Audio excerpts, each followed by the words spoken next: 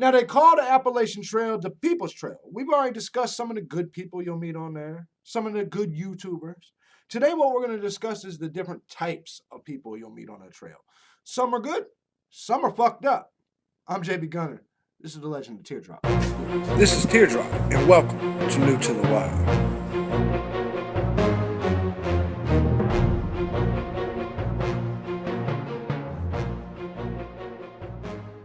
What's good, everybody? I'm JB Gunner, aka Teardrop, and today what we are going to be discussing is the different types of people that you will meet on the Appalachian Trail. Now, I've waited quite some time to do this. Now, let's go ahead and preface all this by saying, prior to coming out to the trail, chances are you will have been online. So the truth of this is you would have ended up, and I'll do another video on this portion of the people a little bit later, but you will have met some of the online hiking community. I want to make this very clear. The online hiking community and the real world hiking community are two amazingly different places. Yes, real hikers do go into the online hiker community, but a good portion of those people don't hike. They don't do shit.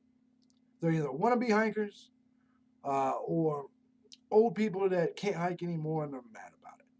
The online hiking community, whether it be whiteblaze.com, whether it be trail journals, whether it be the Facebook groups for the most part. Now, the Facebook groups are a little bit better because people can't hide behind shit. They usually have to come in with the real name. So Facebook isn't so bad. YouTube isn't so bad, but yet you do get your trolls. So anyway, let's talk about the real hiking community. The real hiking community, you'll usually here's the different types of hikers that you will meet on the Appalachian Trail.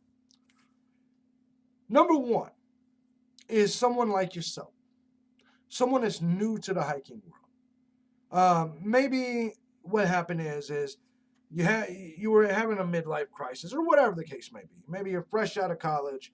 You were doing something online and somehow you saw about the Appalachian Trail and you said to yourself, I would love to do that. You don't even have to be from the mountains. In fact, this is the people I'm talking about right now is the people that typically don't have a hiking pass. They saw this and they said, yes, I'm going to go do this. So they redo all the research, they go out there, and they're brand new with very little hikes before this, maybe a couple shakedowns. These hikers are my favorite people to meet on that trail. I'm going to tell you why. Because they're genuine. They're new to this. They don't know what they're getting into. They're amazed by everything that they see, but they're also very much so facing reality that it hurts and that it's hard. I love meeting those people because I love to kind of pat them on the back and say, keep going, keep going. I love that. So you'll meet people much like yourself that is new to all of this. You're coming out here, it's a new experience. And you'll fall in love. Now, what that thing is, when you meet other people that's new, there's kind of a bond that's formed. And you realize you're entering this magical new world and you're the new people. It's like being a sports athlete and you just got drafted. Some people will make it and some people will get cut. Some people will make it 30 miles and say, all right, I'm done. I give up. And I actually have done that before. But however, the people that really want it will keep coming back. So, that's type number one is the new hiker that wanted to go on this mythical journey that's yet to really make a decision on whether it was a good idea or a bad idea. I love those people who are great. Second person is the hiking veteran that's done a lot of section hikes. That's maybe even done some through hikes. Maybe even been around hiking for a long time. The hiking veteran. There's some good and some bad. The hiking veteran is a very grumpy person, though, because what he is he's essentially the veteran, and you got all these rookies out here. So he's kind of like a disappointed grandpa. What I mean is, and I'm starting to become that way in some ways. He's like, yes, you can get a lot of knowledge on it from that guy, but at the same time, you'll find out that a lot of those veterans don't like sharing their knowledge. And I don't blame them because they've had to say the same things over and over. There's only so many times you can talk about pack weight or the hiking community in general. So I'm kind of on their side, but at the same time, though, it's one of them people that can ruin your hike or make your hike, depending on how they react to you. If they Because they've heard the same questions a million times out here on these trails from the newbies, how they react to that greatly um, greatly alters your experience with them, obviously. But you can get some of the greatest knowledge ever from these people. So you definitely want to. The veterans are really good people too, but some of them are bitter. Some of them are bitter, whether they didn't make it. And you know what? I'm trying not to become that way because I'm starting to have been out there a while. I'm kind of an AT veteran a little bit, starting to become that. I'm trying to not let my bitterness towards not making it to Katahdin sprinkle on any of the new people that are starting. So other types of people that you will meet is the homeless, the transient people, the people that aren't really hikers, but they're out there. Those are the people I tell you to stay the fuck away from. Those people they will steal from you. Because here's the thing, I'm not saying that they shouldn't be there, because they should be there. I would much rather my homeless people be off in a national forest than be under a bridge somewhere. Because at least if they're off in a national forest, and I'm not saying all of these people will steal from you, some of them are good people, but you can tell these people. The fact of it is, you'll notice because they're not wearing hiking gear. Maybe they're wearing jeans or a hoodie that's a cotton hoodie, or you'll see a lot of the military guys that are like that with a rucksack that's homeless, and you'll see these people. Maybe they'll stay at one shelter for days at a time. And I've met homeless people that are great, but also there's a certain aura they put off. Because you know they're not out there for a good time. It is about survival for them. And you're sitting there carrying $5,000 with you, or you got $2,000 worth of $2,000 worth of gear. And most homeless people that you'll meet out there they're okay. But the truth of this is they have to survive. And so it's not necessarily crazy to think of what they could do with your gear or whatever. And just to be perfectly honest, those people are typically very bitter and angry because they're forced out there. They're not hikers. Now, when I say this, don't get me wrong. I don't want anyone to don't disrespect these homeless people. Do not disrespect them. Do not call the police on them, and do not attempt to have them removed. They have just as much of a right to be there as you do.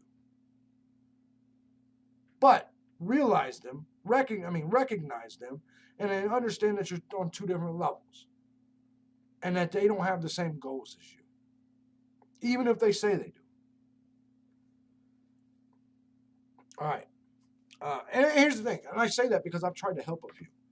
There was this fat homeless broad that was out there last year. Excuse me, he's bad, he's shaming. Deal with it. That I tried to help last year, and she just kept coming back for help. I think KB will tell you. We tried to help her. We bought her food. And all she kept doing, everything she kept saying, she kept getting caught in her own lies. And this leads me to the next person. The females, the abused females that are out there because they're running from their husband. No, those are the fucking bitches that want to be pink blazed. Excuse me when I say this, but it's just the truth. When a woman's out there telling you that she's running from an abusive situation, what she's trying to do, she's trying to monkey branch. I understand I'm using MGTOW terms and you don't understand it. She's trying to monkey branch. She's trying to fish. She's trying to hook a new person to take care of her. I've seen it. I sat and watched it 2 years ago, and Kathy Hall will tell you, there are some women that she's helped, that I've helped, that put on this "I've been abused" story, but they're only doing that they're only saying that to try to get sympathy and ultimately your resources for this trail. Do not fall for it under any circumstances. Just as much as I had to talk about the homeless people and I got to talk about dudes, I got to talk about the chicks that are doing it too. If the first thing a chick says to you when you're out there is some sort of victim story, walk the fuck away, because she's trying to get something out of you. Walk away. And I'm dead serious. So you'll have the homeless people. You'll have the female victims that are just, they may even be one of the homeless people. And then you got the AT business owners. Those are good people for the most part, except for them two jerk-offs up in Damascus that we discussed in previous videos. Hostel owners. But you'll find out as you go that there's this little civil war between, especially in each individual town, between the business owners. And it's, it's capitalism, it's a free market, I understand. So I ain't gonna talk too much on it. But most business owners, here's something you don't know. They hate you. They won't ever tell you that because they want your money. And I support businesses, so I'm surprised I'm telling you this. But I'm just being honest with you. I've worked with them, I've talked to them. They don't fucking like you. And the reason why is because you hikers are entitled little bastards that think that you're doing something amazing and everybody should fucking bow down to you, including the business owners. You go in there and you try to spend as little money as possible, and the truth of this is you expect them business owners to kiss your ass because you're on this amazing adventure when they see 1 million motherfuckers a year on that same amazing adventure. Newsflash, what you're doing is only amazing to you. It's not really that fucking amazing. But, I digress. So the business owners, the hostel owners, the restaurant, mom and pop restaurant owners, they will treat you like kings and queens. But the truth of this is that so many of you act like entitled little pricks. They don't like you. And it's up to you to go in there and give them a great experience and make them like hikers again. Make hikers great again. But anyway, so you'll meet these business owners, and you'll notice that there's a little civil war between them and the other business owners. But they're great people as well. The business owners, the small business owners that you'll meet up and down the trail, those are the people to connect with. I don't have many hiker friends. I have business owner friends. I'm not a big fan of the hiking entitled community. I like people like Bob Gabrielson. I like people like Steve and Becky Gooch that own the Wolfpen Gap. I like people like the owner of the Woodchuck. I like people like that. I like Uncle Johnny. They're the best people you'll meet on the trail. But just keep in mind, they don't like you that much. Just saying. And it's all your fault. Remember that when you go into towns, that every way you act, it trickles down on other hikers. It may not be till next year, but it trickles down. So some of you little entitled motherfuckers going into these businesses acting like jerk-offs, all you're doing is making the other hikers pay. And so that's why these businesses try to get as much money out of you as possible. Because they should. They should, because you're on your vacation. It's no different than Disney World. They try to get as much money out of you as possible. And they should. Because you're the fucking idiots that go in there acting like you're entitled. Like somebody owes you something. I'm a special AT hiker, and I'm patronizing your business. So treat me great and recognize the great special thing that I'm doing. Shut the fuck up. Anyways, so no, I side with the business owners there. But anyway, these are also some of the people you'll meet on the AT. Then you'll meet the section hikers. Not a fan. Not a fan of most section hikers. Section hikers are better than day hikers, though. So let me make this clear. Some section hikers are outstanding people. Some. So I'm going to leave them out of it.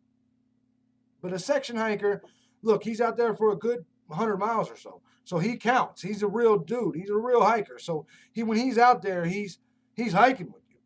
But there's because he knows he's only out there for a small period of time, it kind of changes the way he does things. Do you see what I'm saying?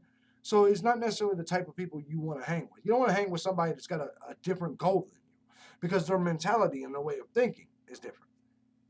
Now, if you already know the person going in, like I love Doug Pittman, I love Hike Hunter. I will hike with them any day of the week. But the day hikers, the average day hiker, the weekend warrior, those people, fuck that. They don't have any sense of courtesy at all.